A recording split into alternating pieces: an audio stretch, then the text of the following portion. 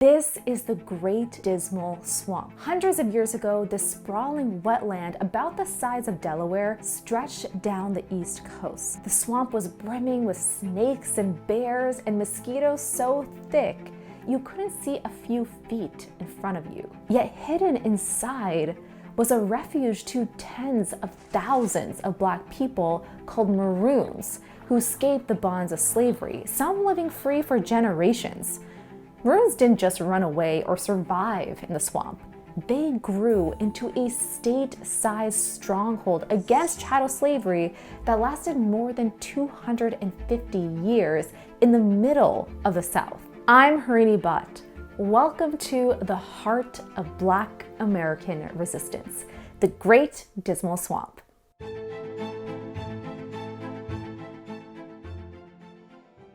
Great Dismal Swamp Maroons were not just one community, but many communities. We can think of them in three main groups. Each was shaped by where they lived in the swamp and how they resisted slavery. But how did they get to the swamp in the first place? In colonial Virginia, both Black and white laborers endured brutal abuses and ran away regularly. Early Maroons likely had help getting to the swamp from indigenous peoples.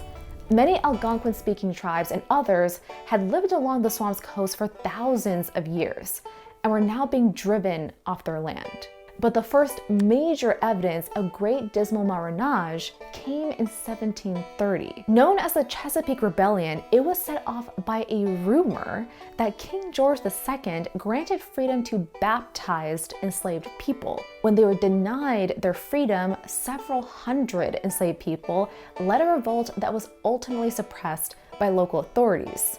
Some 200 enslaved people managed to escape to the swamp. However, entering the swamp was not for the faint of heart, according to an account from the famous fugitive Harriet Jacobs. Quote, "As evening approached, the number of snakes increased so much that we were continually obliged to thrash them with sticks to keep them from crawling over us." Unquote. Harriet fled to the swamp to escape sexual violence from her enslaver and the threat of sale. She later wrote, "But even those large, venomous snakes were less dreadful to my imagination than the white men in that community called civilized." People who persevered many miles into the swamp became interior Maroons. These Maroons forged dozens of new societies sustained by nature. Deep inside the swamp were at least 200 small islands where Maroons built cabins and planted crops. They grew corn, beans, and rice, foraged cattails and berries, and hunted wild hogs and deer. They even tended livestock and bees for honey and wax for candles, which they bartered with one another. Interior Maroon communities raised their children in freedom, which they guarded fiercely.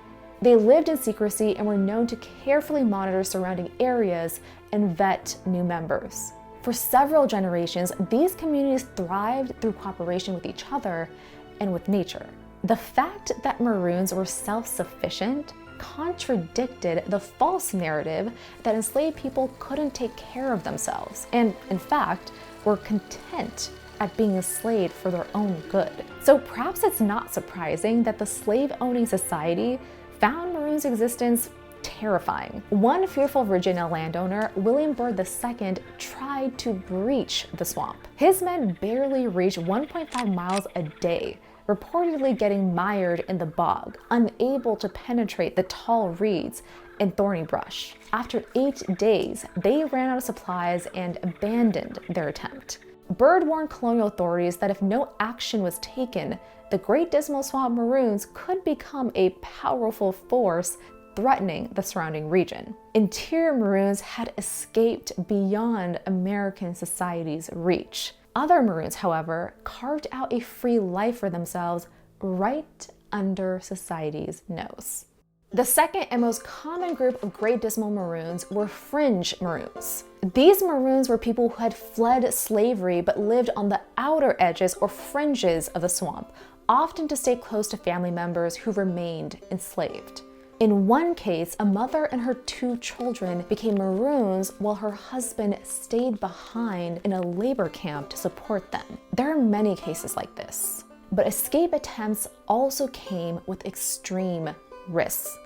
Slave owners would enact severe punishments, such as public lashings, branding, cutting off ears, or forcing people to wear iron bits. Fringe Maroons stayed hidden by developing secret codes to communicate with nearby enslaved people. For example, a shirt hung in just the right way could signal that it was safe to move around. Some enslaved people joined Maroons for just a few weeks or months for a break from the unrelenting labor. Many were also determined to take back reproductive well-being and control over their bodies. For others, especially in the 1800s, the swamp was a pit stop on the Underground Railroad, useful for thousands intent on continuing toward freedoms in the North. As more and more people became Fringe Maroons, slave owners were losing control of people they considered property, and their plantations were being regularly raided by the very people they had enslaved. In Norfolk, Virginia, officials declared a state of emergency after Maroons killed several white men, reporting that, quote, one slave owner received a note from these amazing fellows suggesting it would be healthier for him to remain indoors at night. And he did, unquote. But for the most part, Fringe Maroons survived through mutual aid with each other and those still enslaved. This was a key tactic also used by a third group, the Canal Maroons. In 1763, the Dismal Swamp Canal Company set out to turn the swamp into a source of profit. The company was founded by 12 wealthy slave owners, including the future president of the United States, George Washington. They proposed draining the swamp in order to grow crops like hemp for the US Navy and turn trees into roofing shingles.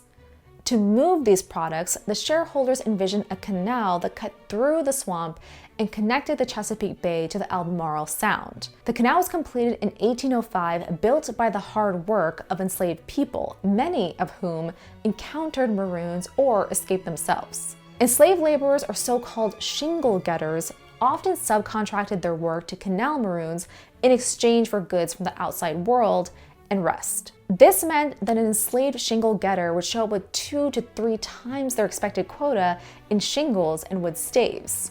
This arrangement proved so lucrative that overseers who were well aware of the arrangement would look the other way. Despite strict laws and increased policing to capture Maroons, crew bosses would even hire Canal Maroons directly, either accepting fake free documents or choosing to ignore their legal status. Ultimately, both Fringe and Canal Maroons found freedom on their own terms, while staying connected to society. One married couple, Venus and Jack, who worked on the canal, would later become Maroons after 3 attempts to flee. They were determined to stay together and use their knowledge of the swamp to finally escape. Even with these daring acts of self-emancipation, there were still others who aimed to break slavery altogether and overthrow the whole system.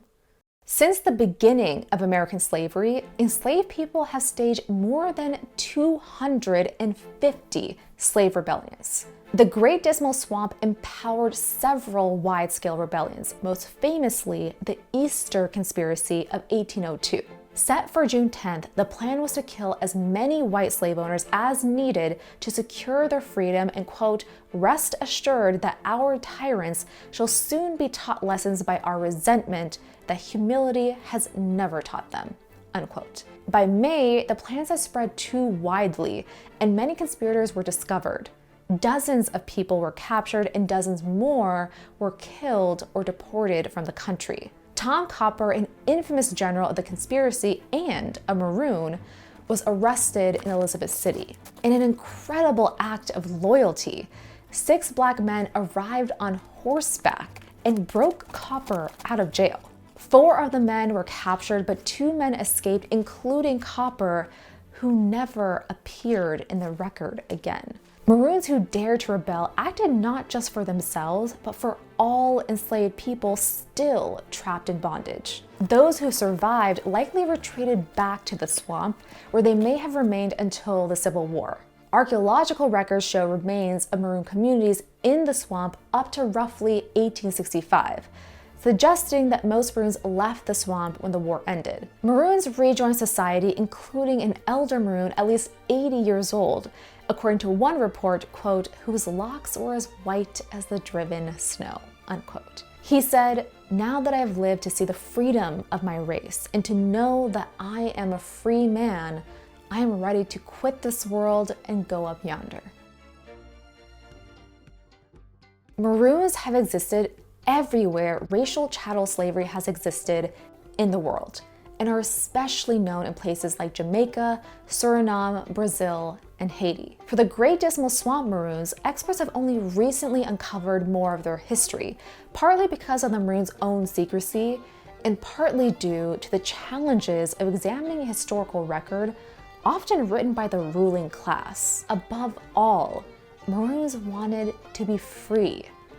Most Maroons were ordinary people who were creative, hardworking, and tenacious in creating a better life for themselves and their children. Their legacy can be felt throughout the history of Black resistance, from the Underground Railroad to the Civil Rights era and Black Power era to the Black Lives Matter movement.